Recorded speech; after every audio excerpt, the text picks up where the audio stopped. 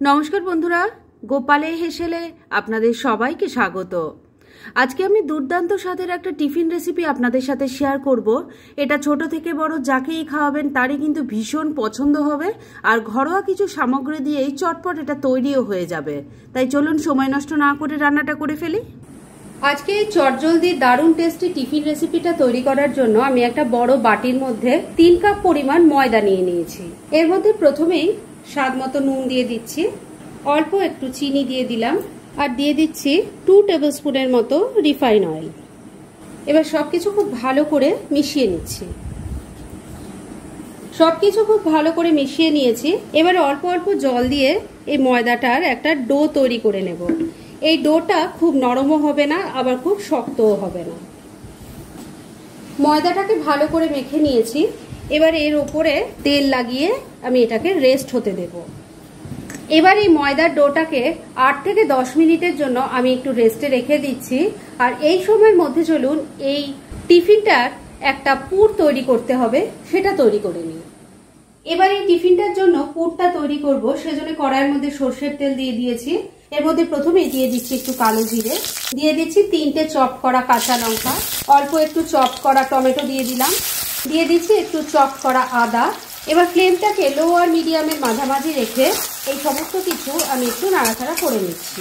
আপনারা যারা পেঁয়াজ খেতে ভালোবাসেন এখানে কিন্তু পেঁয়াজও দিতে পারেন। সমস্ত কিছু একটু ভাজা ভাজা করে নিয়েছি। এবার এর মধ্যে কিছু গুঁড়ো মশলা দেব। প্রথমে দিয়ে দিচ্ছি অল্প হলুদের গুঁড়ো, অল্প লঙ্কার গুঁড়ো দিয়ে দিলাম, দিয়ে দিচ্ছি 1 চামচ ভাজা জিরের গুঁড়ো, অল্প আমচুর পাউডার দিয়ে দিচ্ছি অল্প গরম মশলার গুঁড়ো, স্বাদ মতো নুন দিয়ে দিচ্ছি। সবকিছু ভালো করে মিশিয়ে নিচ্ছি। সমস্ত মশলাগুলো ভালো করে মিশিয়ে নিয়ে একটু ফ্রাই করে নিয়েছি। এবার এর মধ্যে দিয়ে দিচ্ছি আমি সেদ্ধ করা আলু। আমি এখানে 2টো আলু সেদ্ধ করে নিয়েছি, আর তারপর হাতে একটু ম্যাশ করে নিয়েছি। এর সাথেই দিয়ে দিচ্ছি একটু ধনেপাতা কুচি। সবকিছু ভালো করে মিশিয়ে নিচ্ছি। সেদ্ধ করা আলুটাকে মশলার সাথে খুব ভালো করে মিশিয়ে নিয়ে মিনিট 2 ফ্রাই করে নিয়েছি। পরোটার জন্য পুরটা এখন একদম রেডি। এবার এটাকে নামিয়ে নিচ্ছি আর ঠান্ডা হওয়ার জন্য এক সাইডে রেখে দিচ্ছি। পুরটা কড়াই থেকে নামিয়ে নিয়ে এক সাইডে ঠান্ডা হওয়ার জন্য রেখে দিয়েছি। আর এদিকে ডোটারও খুব ভালো মতো রেস্ট করা হয়ে গেছে। আমি একটা ভেজা কাপড় দিয়ে এটা ঢাকা দিয়ে রেখে দিয়েছিলাম। এবার এই ডোটাকে আবারও একবার ভালো করে মেখে নিচ্ছি। এবার ডোটা থেকে আমি পরোটার জন্য লেচি কেটে নিচ্ছি। এবার একটা লেচি নিয়ে নিয়েছি পরোটা বেলার জন্য। আমি ময়দা ছড়িয়ে পরোটাগুলো বেলে নিচ্ছি। আমি কয়েকটা পরোটা বেলে নিয়েছি। আর এবার পরোটা ভেজে নেওয়ার জন্য প্যানও গরম করে নিয়েছি। এর মধ্যে একটা পরোটা দিয়ে দিলাম। পরোটাটা আগে এপিট ওপিট করে ভালো করে সেঁকে নেব। পরোটাটা ভালো করে সেঁকে নিয়েছি। এবার রিফাইন অয়েলে আমি ভেজে নিচ্ছি। সকালে যখন খুব তাড়াহুড়ো থাকে তখন কিন্তু আপনারা এই রেসিপিটা চট করে বানিয়ে বাচ্চা থেকে বড় সবাইকে দিতে পারেন। সবার কিন্তু খেতে ভালো লাগবে। স্কুল, কলেজ, অফিসের টিফিন সব কিছুতেই কিন্তু ভালো যাবে। এটা ট্রাই করে দেখতে পারেন। একটা পরোটা এপিট ওপিট করে আমি ভেজে নিয়েছি। এবার এটা তুলে নিচ্ছি। আর এইভাবে আরো কতগুলো তৈরি করছি, আর তারপর নেক্সট স্টেপের দিকে এগোচ্ছি। সবকটা পরোটা তৈরি করে নিয়েছি। এবার একটা প্লেটের মধ্যে একটা পরোটা নিয়ে নিয়েছি।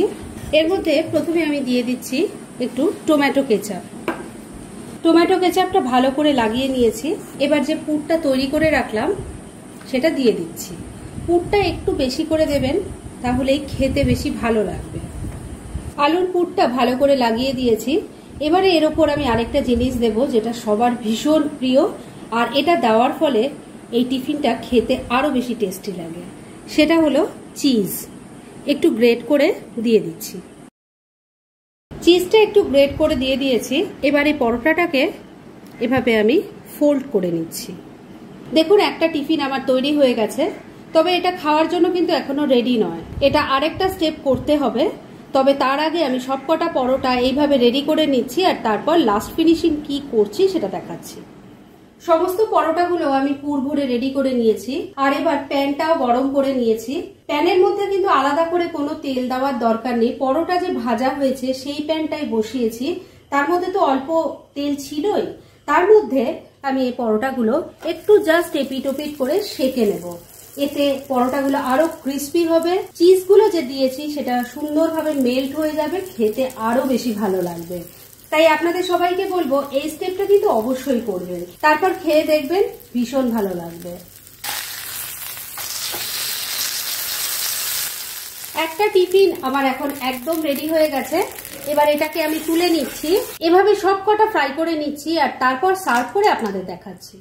ফ্রেন্ডস, আমার আজকের এই দুর্দান্ত স্বাদের টিফিন রেসিপি একদম রেডি হয়ে গেছে এবং আমি সার্ভ করে দিয়েছি। ভীষণ ইজি একটা রেসিপি, খুব কম সময় কম উপকরণে এত টেস্টি যে একটা রান্না করা যায় সেটা একবার ট্রাই না করলে আপনারা বুঝতেই পারবেন না। তাই দেরি না করে পারলে এটা আজই একবার ট্রাই করে ফেলুন আর তারপর কেমন লাগলো সেটা প্লিজ কমেন্ট করে জানাবেন। এরকম ধরনের অনেক ভালো ভালো নিরামিষ রান্নার রেসিপি আপনারা গোপালের হেসেল সার্চ করলেই পেয়ে যাবেন, যার মধ্যে থেকে কিছু কিছু আমি সাজেস্টেড বক্সেও দিয়ে দেব, সেখান থেকেও আপনারা দেখে নিতে পারেন। তাই গোপালের হেসেল অবশ্যই ভিজিট করুন। আর আপনারা কেমন ধরনের রেসিপি চাইছেন সেটাও কিন্তু আমাকে জানাতে পারেন, আমি চেষ্টা করব সেই সব রেসিপিগুলো আপনাদের সাথে শেয়ার করার। আর আমার আজকের এই রেসিপি যদি আপনাদের ভালো লাগে আর ইউজফুল বলে মনে হয় তাহলে যারা এখনো আমার চ্যানেলটাকে সাবস্ক্রাইব করেননি তারা প্লিজ প্লিজ সাবস্ক্রাইব করুন। তাহলে আজকের মতো এখানেই শেষ করছি, পরদিন আবার এরকমই কোনো ভালো রেসিপি নিয়ে চলে আসবো। আপনারা সবাই খুব ভালো থাকুন, সুস্থ থাকুন।